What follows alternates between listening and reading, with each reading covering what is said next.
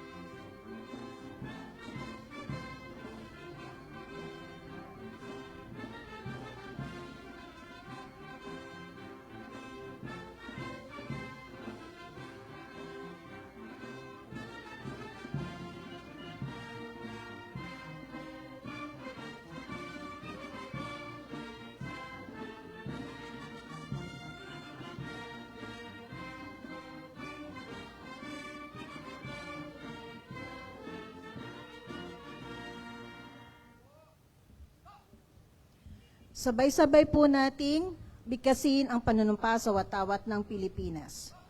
Ako ay Pilipino, buong katapatang nanunumpa sa watawat ng Pilipinas at sa bansang kanyang sinasagisag na may dangal, katarungan at kalayaan na pinakikilos ng sambayanang makadiyos, makakalikasan, makatao at makabansa.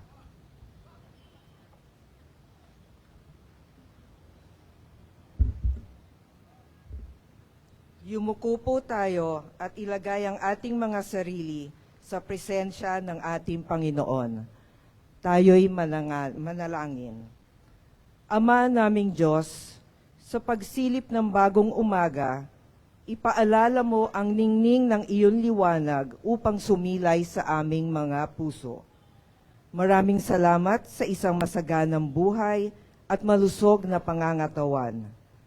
Maraming salamat at binigyan ninyo kami ng panibagong araw at pagkakataon na muling magampanan ang aming trabaho sa araw-araw. Dalangin po namin, Ama, na gabayan nyo kami at ang aming punong lungsod, Alcalde Maria Sheila Hani Lacuna Pangan, Vice Alcalde Yul Servo Nieto, mga konsehal, at 10 ng mga puno ng kagawaran. Tulungan mo po kami na maisakatuparan namin ng maayos, matagumpay, at puno ng pagmamahal ang aming responsibilidad sa araw-araw.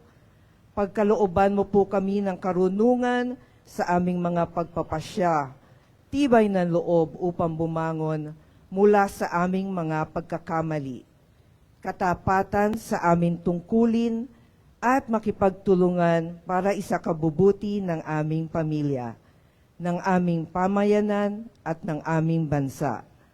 Maraming salamat po sa patuloy na pag-iingat nyo sa aming mga kasama, sa aming pamilya at mga mahal sa buhay.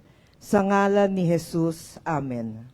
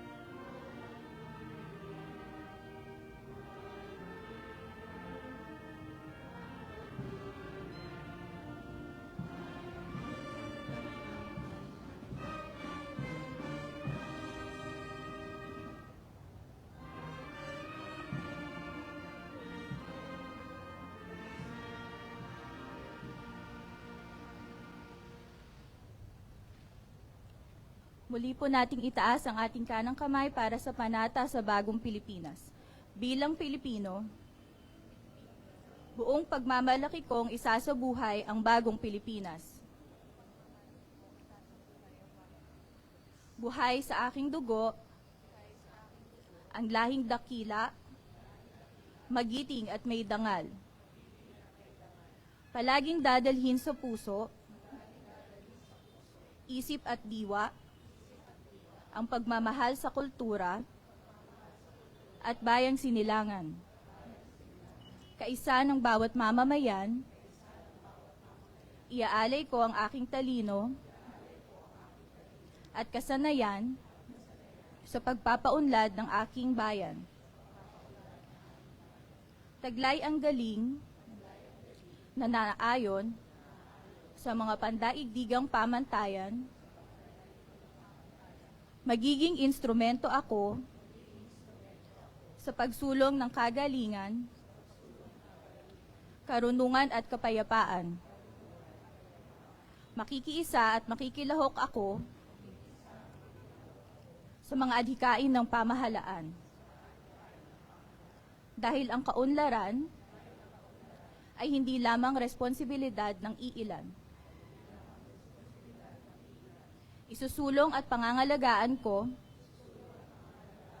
ang karangalan, kalayaan at interes ng aking bayang minamahal. Bilang Pilipino na may pagmamahal, pakialam at malasakit, hindi makasarili kundi para sa mas nakararami. Tatahakin ko ang landas tungo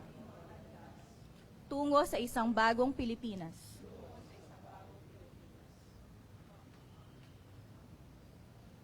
Panahon na ng pagbabago, dahil sa ito ay kinakailangan.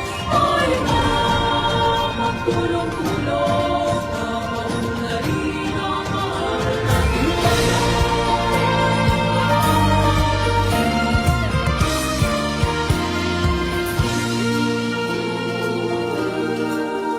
Panahon na ng pagbabago, dahil sa ito ay kinakailangan. Tayo na tulong-tulong na paunlarin ang mahal nating bayan.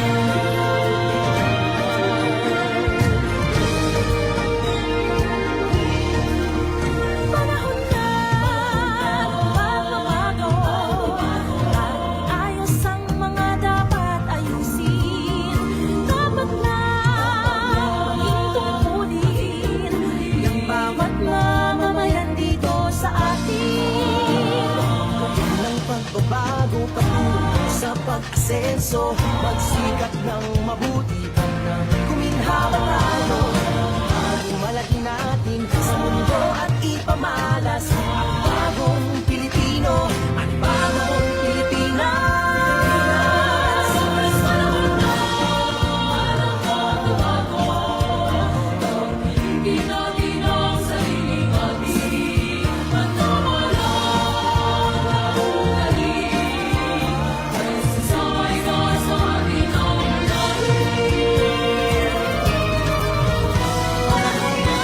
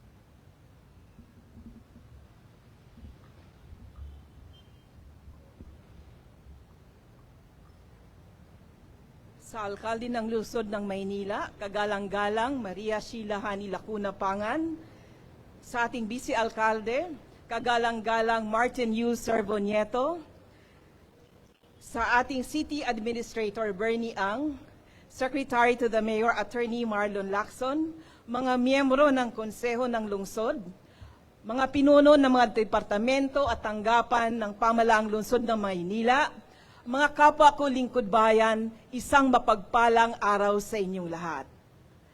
Noong ibinalita ng ating punong lungsod na tayo ay mabibigyan ng dagdag sa ating sahod ngayong buwan ng Setyembre sa ilalim ng Modified Salary Schedule for Local Government Personnel, ay syempre natuwa ang lahat. Ngunit ang tanggapan ng pantauhan ay lubos na nagpapasalamat dahil nabigyang halaga ang pagpupunyagi ng mga lingkod bayan. Makabuluhan ito, ngayong ipinagdiriwang natin ang buwan ng serbisyo sibil. Ang amin pong tanggapan ay nagpapayo sa bawat public servant na suklian naman natin ang kabutihang loob ng mga miyembro ng konseho at pamunuan ng lungsod ng Maynila ng mas mahusay at mas mapagkalingang serbisyo at dagdagan pa natin ng ngiti upang maramdaman ng ating mga pinaglilingkurang mga Manilenyo ang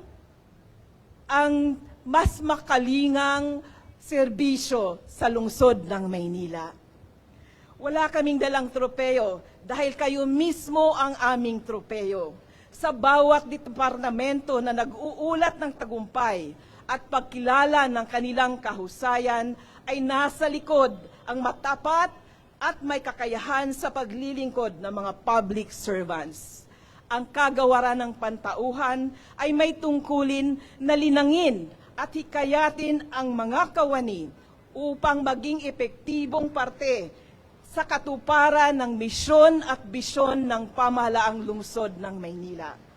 Malugod po naming ibinabalita sa inyo na nilagdaan ng ating mahal na mayor ang bagong komposisyon ng Program on Rewards and Incentives for Service Excellence Committee at ang Personnel Development Committee. Kamakailan ay inilabas rin ang Executive Order Number 26, Series of 2024, ang Affirmation of Equal Opportunity Policy in the City Government of Manila. Bilang isang ahensya, we are presently vying for Level 2 CSC accreditation of the Prime HRM. Sa pamamagitan ng quarterly meetings at conversation with our human resource practitioners sa bawat departamento, na ikaskade na namin sa mga HR practitioners ng bawat departamento ang mahalagang dapat ninyong malaman tungkol sa Prime HRM at Ora-Ora. Hindi nyo na dapat itanong ang NOSA dahil check na yan. Ang dapat ninyong itanong ay kung ano ang Prime HRM at ang Ora-Ora.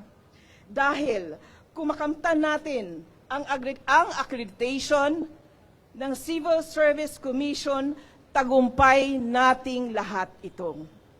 Sa buwan ng selebrasyon ng serbisyo sibil, isang karangalan kong tawagin ang isang punong lungsod na napakataas ang pagpapahalaga sa ating mga civil servants.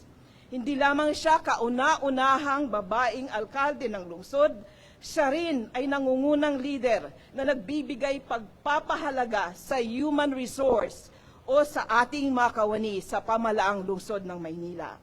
Mga kapwa ko lingkod bayan, ating pakinggan ang ating punong lungsod, kagalang-galang Maria Sheila Hani Lacuna Pangan.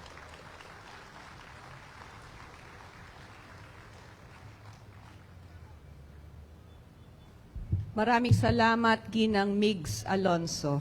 Good morning.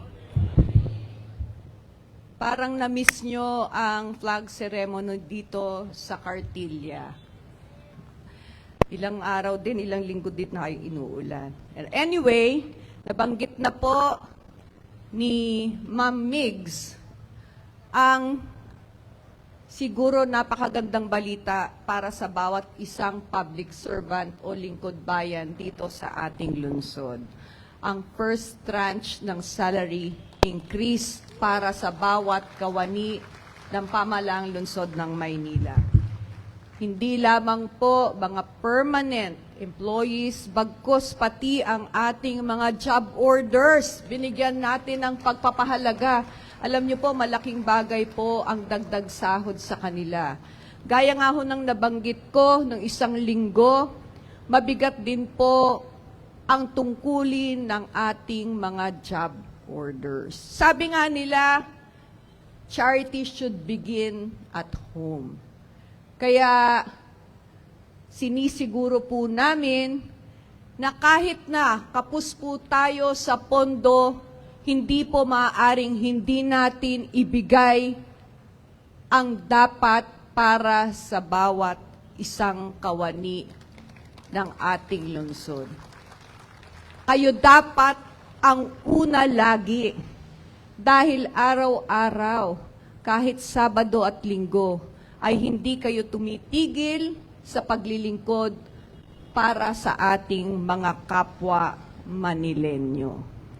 Nabanggit din po ni Ma'am Migs ang pagbibigay natin halaga sa bawat isang lingkod bayan. Tama po yan.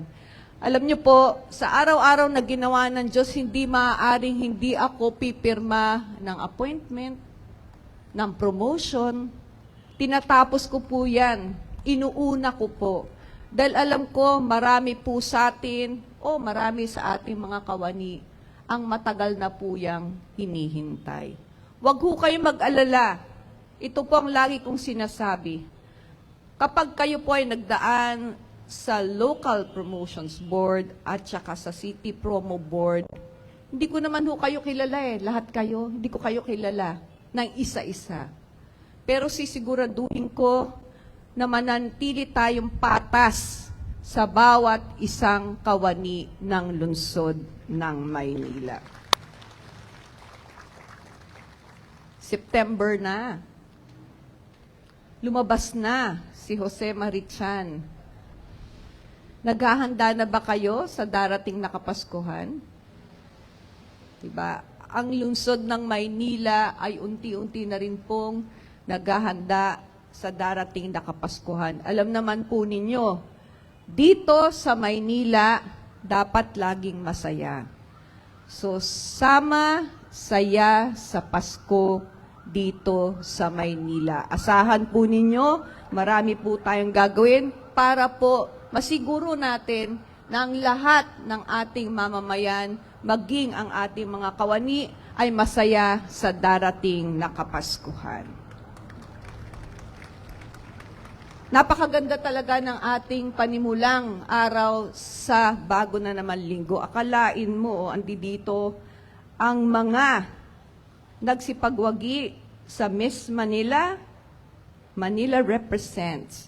Siyempre, ang atin pong mga magagandang bisita sa umagang ito ay si Miss Manila Charity, Miss Zina Ramos, na siya rin nagkamit ng Mutya ng Pilipinas Charity 2024.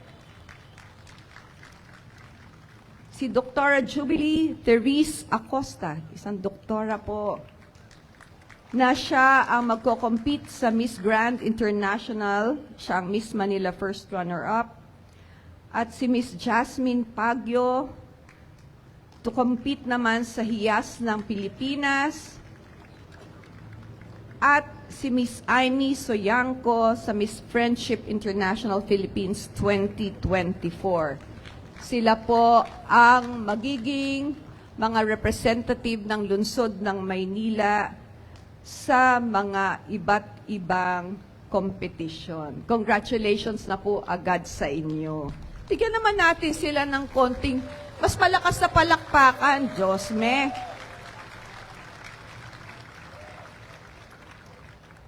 Siyempre, hindi ako magpapahuli.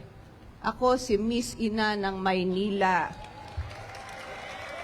hanggang lumagpas ang 2025. Lasa Manila schedule sa Kartilya ng Katipunan, 10 a.m. to 9 p.m. Magsisimula na po ngayon, September 9 to 13, September 16 to 20, September 23 to 28. Kaya kung naghahanap ho kayo ng mga masasarap na pagkain at putahe na gawa dito sa Maynila, pumunta lang po kayo dito sa Kartilya ng Katipunan. Muli po, panibagong linggo, panibagong pagkakataon makapaglingkod ng tapat at tuwid sa ating mga kapwa Manilenyo. Humayo po tayo at gawin ang ating mga tungkulin. Maraming salamat, magandang umaga po sa inyong lahat.